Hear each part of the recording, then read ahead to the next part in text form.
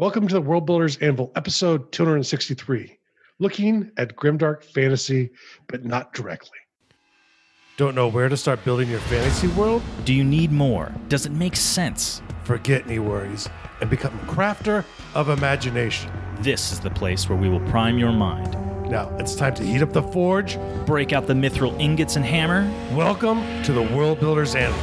I'm Jeffrey W. Ingram. And I'm Michael Miller. Let's sup from the mug of Java and build. Welcome back. As always, I am the blinded by the grimdark Jeffrey W. Ingram. And Scanner Darkly, I am Michael Miller. Scanner Darkly. I haven't thought of the scanners in a really long time. I don't think I'm better off for remembering either. Thank you. Well, are you going to see? I'm making a reference to a Scanner Darkly as opposed to scanners, which is a different thing. So scanners, which is what I was thinking of. Okay, I was going to say, are you thinking of scanners, which is a totally different thing? Yeah. Yes, and I would say is a horror movie, which will very easily bring us into our first point, which is we started deciding to go over like genres. This one was the one suggested was grimdark. And honestly, I had never heard the term grimdark before. I'm not a big person on labels. It's probably the libertarian in me. I feel too individualistic to have labels.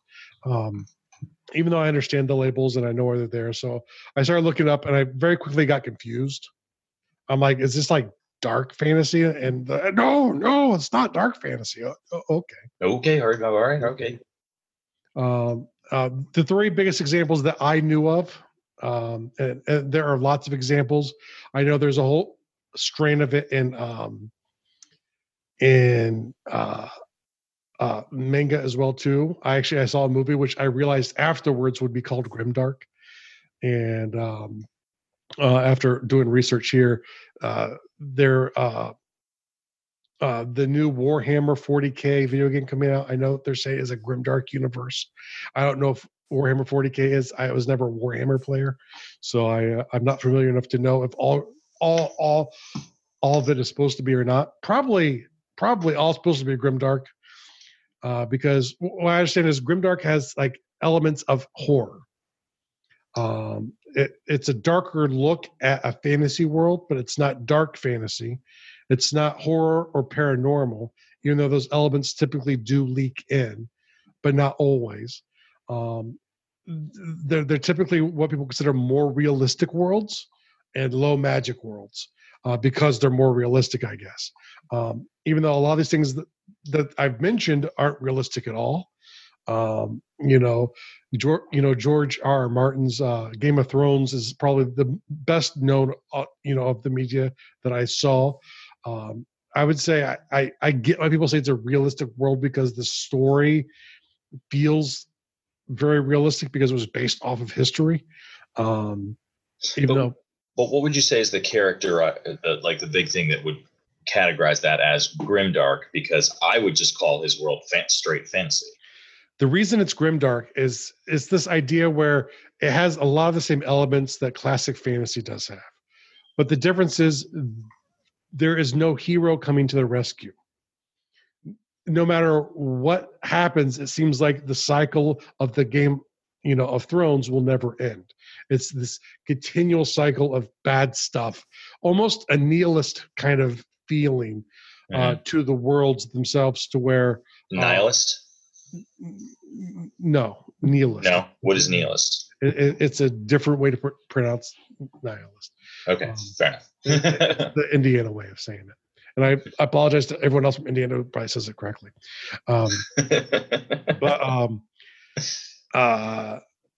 Essentially, it's the problems won't be solved by the players. It's like there might be a temporary reprieve, but you would always be left with the feeling that the next bad thing is coming.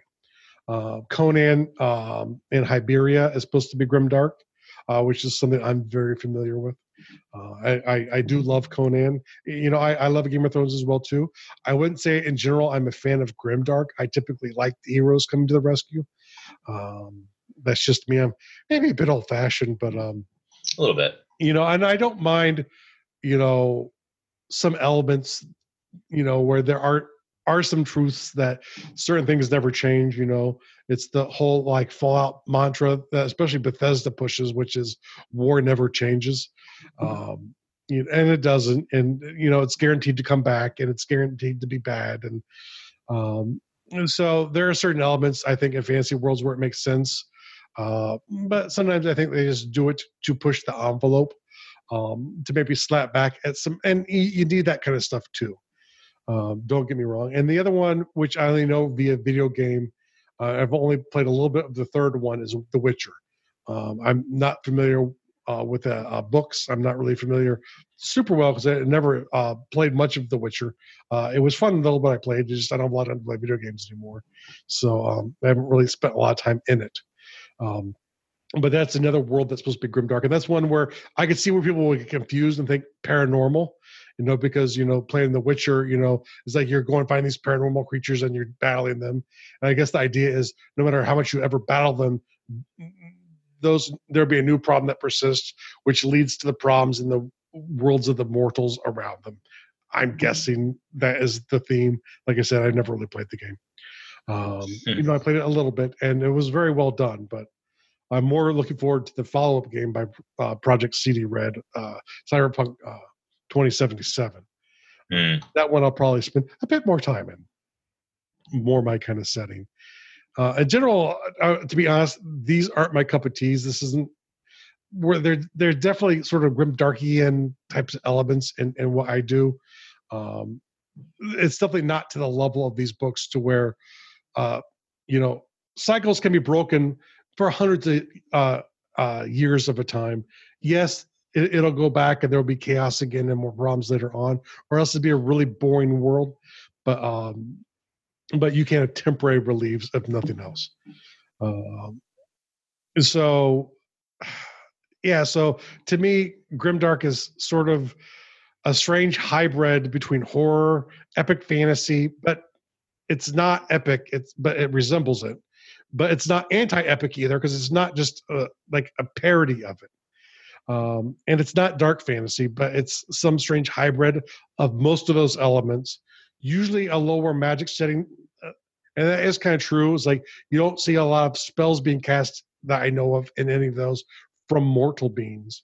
Sometimes immortal beings might be a little bit more showy in their magic, but you don't see like magicians throwing fireballs to blow up demons.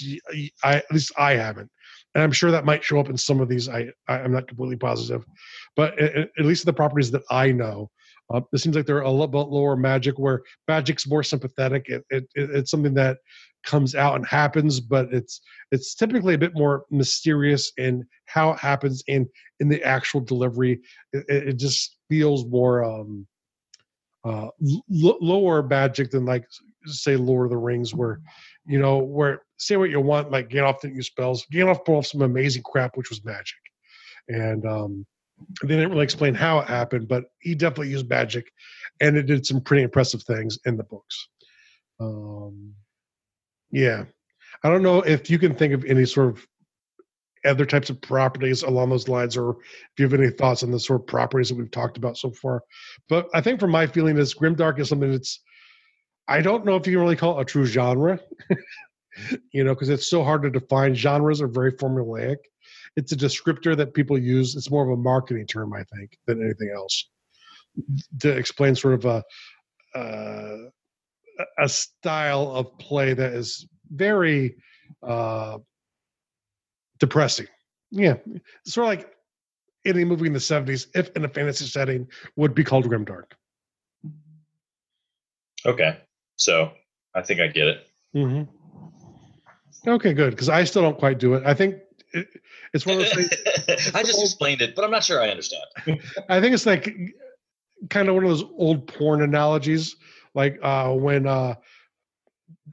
someone was trying to get something taken down for being porn, and they were arguing it was art, and the judge literally said that it was art, and he doesn't really understand what the definition of porn is, but he knows it when he sees it. And I think grimdark is kind of one of those things where it's definitely its own thing. I don't think it's refined enough to really be a true, like I said, writing genre at this point, but it's definitely something that you know it when you see it.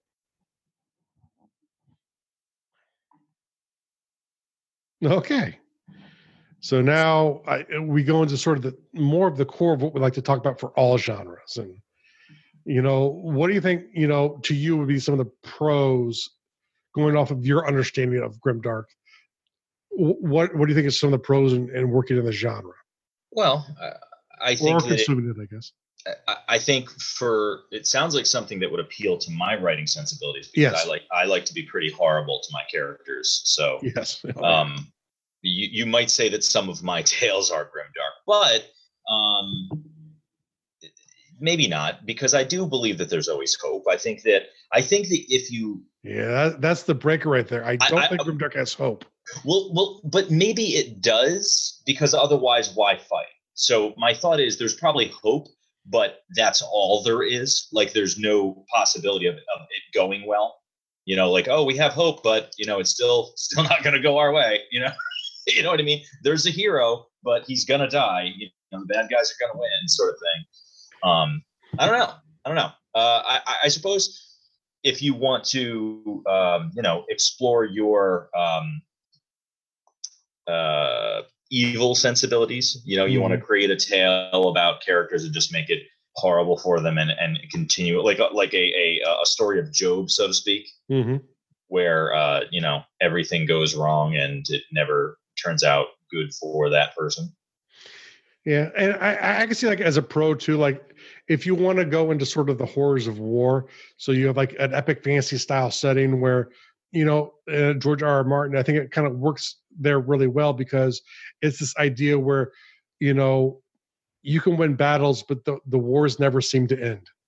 And I think medieval wise, that's where you could say it's realistic, right? Where it seems like, yeah, maybe the war between France and England finished, and maybe those countries might have peace for a couple of years, not ignoring them killing their own peasants, but now Germany's at war with Italy, which wouldn't be called Italy back then. But the Holy Roman Empire is expanding further into the Italian peninsula.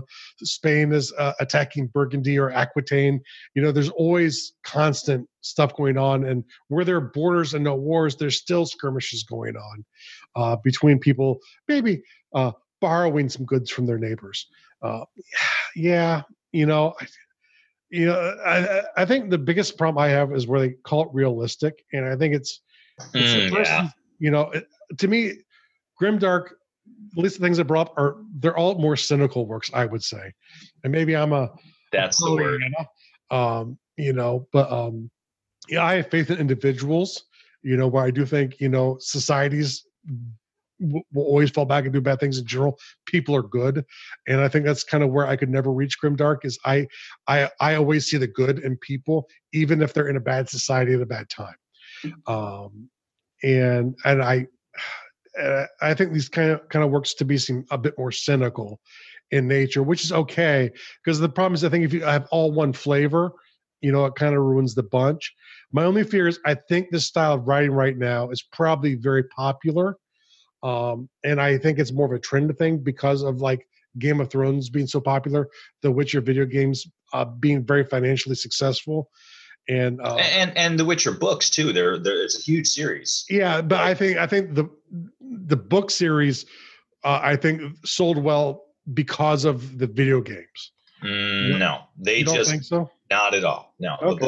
The books were a gigantic series. They were just a Polish series, so they didn't get really popular in the States until the video game. Well, that's my point. That's what made them really popular, was the video game. No, that's what brought it to an American audience. They're vastly popular in Europe. Oh, sure. That doesn't count. Yes. I apologize to all of our European listeners. Yes, it does. No, not all of them. Just apologize to the Witcher fans. Yeah. No, I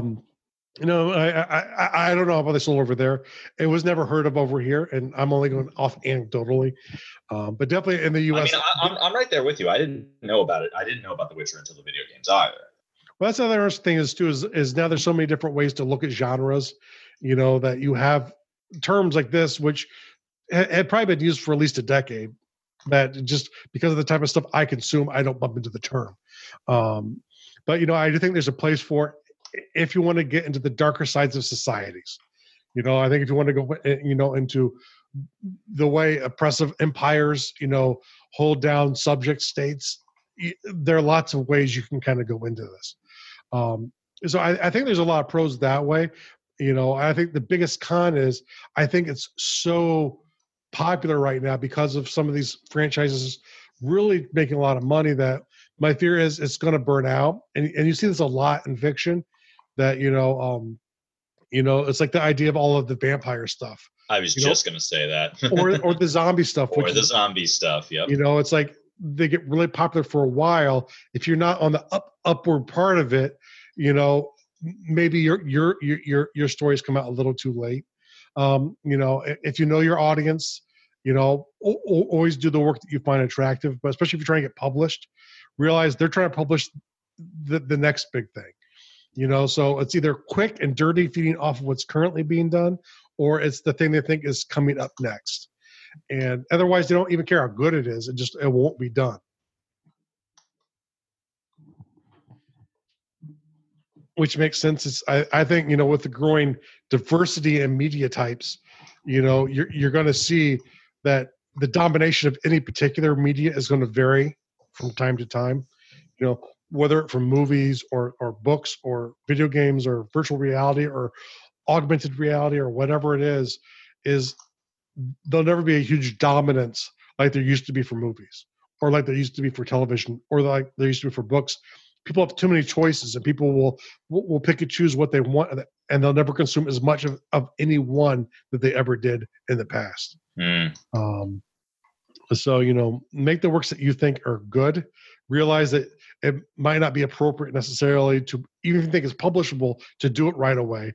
You kind of have to look at the market and see, is this something that's a consistent seller or is it going to be like vampires and go from selling 20 million books for saying the word vampire to nothing in the period of a year? And is Grimdark something that you want to explore? Is this a genre that you kind of discovered No, this was actually the reason we started doing the genre discussions was because someone asked us to talk about Grimdark and I had no idea what it was.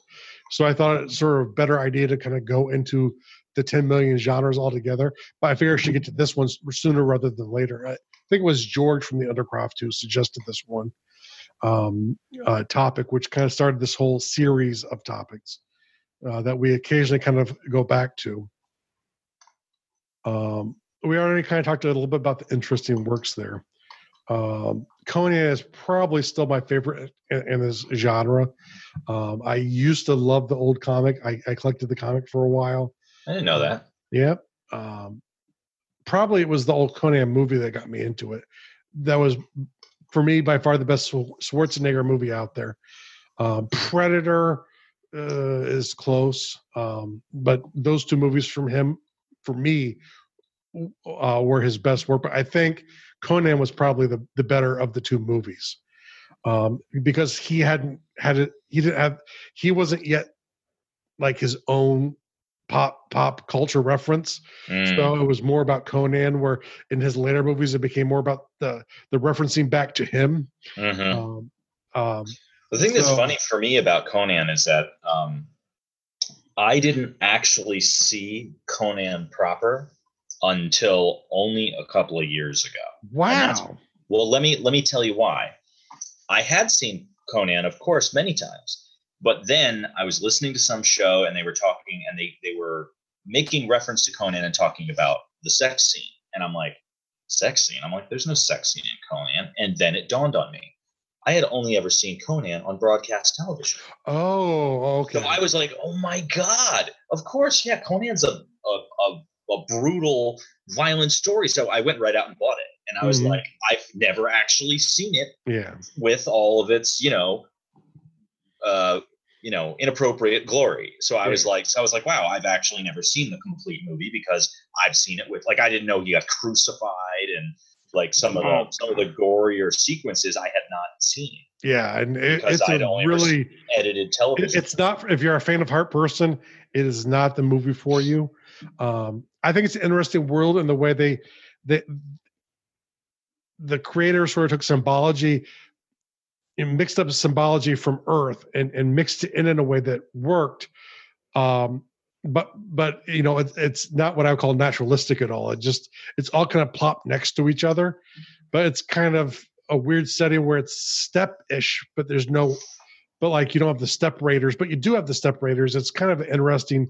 I think it's kind of meant to be sort of Eastern European, near Russia type of world. But you have this like clash of symbols, and they crisscross, and one will dominate for a time, but then it gets crushed over, and it's this constant back and forth thing, which creates a bunch of warlords, and it's just a horrible place to be. But it's an interesting world, and it's a good one to see different symbologies that you wouldn't expect to be close to each other, but just sort of overlapping and mixing and doing it pretty well from my personal belief. And I do like it better than Conan on the Sea. They like to do that every once in a while. And Conan on the Sea. Yeah, it's like they'll throw them out and do like a ship with pirates or whatever. Well, was that a movie? I don't know if they've ever done it in one of the movies, but the comics would get to it every once in a while. See. I think it was their way to sort of get Arab traders into the stories a bit more, without having a sort of part of the world that was Arab. But it makes sense if it was sort of like the Eastern Europe and near Russian thing where, through the Black Sea, you would have these traders coming up from, Abbasid, the Abbasid Caliphate, trading, and obviously Vikings would go up and down and they would trade. And I always thought, Conan had more of a Nordic style barbarian, but you'd have all types of barbarians mixed in there. Really Nordic with the way he dressed? Well, not really the way he dressed, but sort of the ideology of Crumb, and war. But then again, I don't know much about there's lots of different, like the Slavic cultures out there. I can't remember their names, but the Finnic group, and there's several different barbarian like tribes originally from the area. But especially when the Norse started coming down the rivers and raiding it changed it all again. Led to Russia itself. So the Rus. But I'm getting distracted here. So that's okay. Which I have a tendency to do when I start talking about cultures and worlds. But that's the way you should think about cultures and worlds. Very, very intermingled. But I think very much too, it's like anyone looking for a happy resolution to Game of Thrones, good luck. Mm-hmm, mm-hmm. I mean, it might take another 1,000 years, but trust me, it's the cycle of the Game of Thrones will not end. It doesn't fit the world, where, I mean, even in England, right, when the Game of, when their Game of Thrones ended with the rise of the Tudors, even that there was still another civil war, another century away. And it wasn't until after that civil war where it really, that cycle stopped. It takes a lot of growth of cultures to kind of get through that. And then their wars were more external for a long time. So, I mean, yeah, who knows? But Game of Thrones, I mean, even if, the Ice People win, which they will, they should. I think if Martin had his say, which he lost because he refused to write the final book, the Ice Walkers would have won in his Game of Thrones, I believe. Well, I mean, he's still going to write it, right? I don't know. He started writing a prequel. Really? He's releasing a prequel book. Yeah. Huh. I don't know. I think he just doesn't want to finish it now. And I think now it's tainted because someone else has like gone past him. So I think he's done with it and he'll never write it, I don't think. That's my personal opinion. I could be wrong. It's his choice, but I think it's bad on him if he doesn't. But I do think if he would have wrote it, Brandon Stark would be the Night King and the White Walkers would win, but not really. Okay. It'd be kind of like an Easter Isle ending, I think. Sort of a, what's the movie I'm thinking of? Reservoir Dogs ending. Reservoir Dogs ending. You ever see the movie Reservoir Dogs?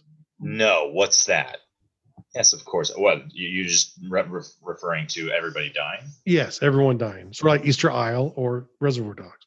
Because not everybody died. They didn't? I thought everyone died. Who didn't die? Steve Buscemi's character got away. Oh, actually, no, wait. Did he get shot out by his car? I thought they all died. He might have gotten shot, yeah. Well, let's just pretend like they all died to make my point, okay? Yeah, fair enough. I want to say that Steve Buscemi's character, it's been a while since I watched it, but for some reason I'm thinking... It's been a really long time since I've watched it. His character got away. If anyone would have got away, it should have been Steve Buscemi. Yeah. We'll just say that. But for our purposes of this show, he died. Everyone died. Everyone died. So Hamlet. Hamlet even died in Reservoir Dogs. Strangely enough. His Danish prince just kind of came in. It was very strange. I'm Hamlet. Interesting choice on Tarantino's part, but classic's always a classic. And he'll probably be shocked to learn that himself. But I think there are lots of interesting stories. I think it's the types of stories you want to tell. If you want to approach Grimdark, if it's something where it's really tough, and you want to express how tough it is, I think going Grimdark makes sense, no matter how popular it is. So like I said, it's about wars, about oppression of empires over states. Because trust me, if you're, someone being oppressed by the Ottomans or the Romans or the Hans, you feel like they will never go away. I'm sure even the Americans, when they start fighting against the British, never thought the British would go away. Because at that time, the British Empire was larger than life. When the Mongols rule over you, you fight against them expecting that they will never go away. I think it's the nature of being trapped in the moment. And you can extenuate, you can accentuate that. That's not even a word. You can. Is accentuate the word? Accentuate was the word I was going for. Okay. My mouth doesn't always match my brain. You can accentuate things.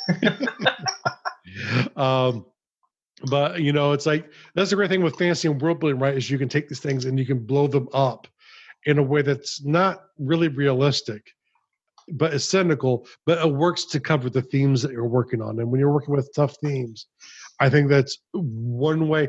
And comedy, obviously, being the other way you could go to, where you can just laugh at it because it's so painful you can't do anything else. And so who does this work for? Like I said, anyone who's doing dark work, really. So do we have any special world builder tasks for Grimdark? So create a story and kill all the characters. Boom! Instant Grimdark tale. Instant Grimdark tale. Include Hamlet and Steve Buscemi for bonus points. I'm already on this. I will buy all the copies. Yeah. And then for the last few weeks, I've been teasing it and coming up, I believe in just a couple of days from when this episode airs. Hopefully this airs in the sequence I'm expecting it to air. This should be coming out right before the 31st of January. Go to howtoworldbuild.com/soon. And I'll be talking a little bit about what I've been working on the last couple of years in a lot more detail. Just give people a flavor of what's going on.